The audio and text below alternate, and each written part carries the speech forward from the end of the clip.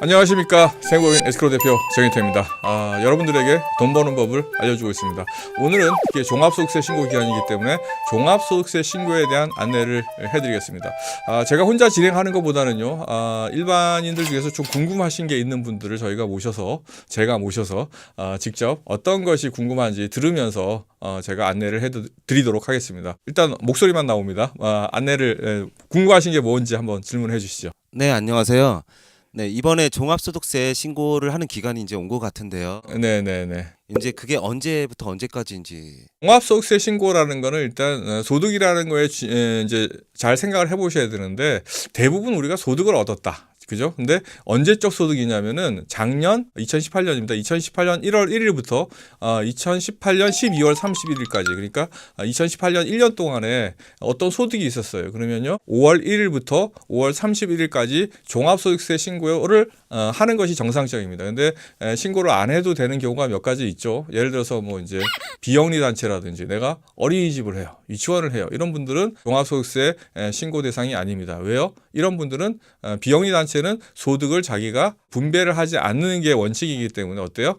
자기가 거기에 종사하는 종사자들의 근로소득세 부분에 대해서는 연말정산을 통해 가지고 신고를 다 했을 것이기 때문에 종합소득세 신고를 하지 않습니다. 그 이외에 또 뭐 예를 들어서 내가 양도소득이 있었다라든지 이런 사람들을 제외하고, 뭐 퇴직소득이 있었다 이런 사람들을 제외하고 대부분 다 모두가 개인 사업자라면 5월 1일부터 5월 31일까지의 신고 기간을 통해서 작년 소득을 신고한다라고 이해를 하시면 됩니다. 아주 구체적으로 한번 얘기를 해볼게요. 근로소득자, 우리가 연말정산을 했지만 이번 종합소득세 신고 기간을 통해 가지고 내가 그 이전에 공제를 못 받은 부분이 있다 그러면 다시 신고하셔도 전혀 상관이 없습니다. 근로소득자 중에서도 이중소득자가 있을 수가 있어요. 근로소득도 있고 사업소득도 있을 수가 있고, 또 예를 들어서 근로소득자 중에서도 A라는 회사에서 다니다가 B라는 회사에 또 다닐 수도 있어요. 그죠? A라는 회사 퇴사하고 B라는 회사 1년에 걸쳐서 두 군데 회사를 다닐 수도 있어요. 그렇기 때문에 이런 사업자들, 근로소득자들도 대상이 된다는 거고, 사업소득자, 이자소득자, 이자 소득이 있는 사람들, 그 다음에 배당 소득자, 예를 들어서 기업으로부터 내가 배당 소득을 받았다, 이런 분들, 연금 소득자, 이런 모든 분들이 다 부동산 임대 소득, 뭐 부동산 소득 다 마찬가지입니다. 부동산 양도 소득은 해당이 없겠죠. 어쨌든 요런 소득에 대해서 모두 다 어떻게 한다? 신고를 해야지 된다라는 겁니다. 다시 얘기해서 여기에서는 과세 사업자가 있고 면세 사업자가 있는데요. 과세 사업자라는 거는 또 간이과세자하고 또 일반 과세자로 나눠집니다. 그죠?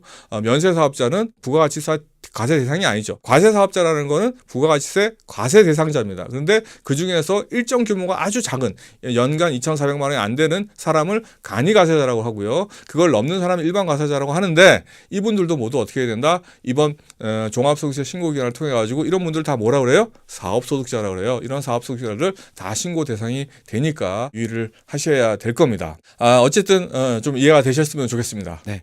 또 궁금한 게, 만약에 이 기간을 놓치면 어떻게 돼요?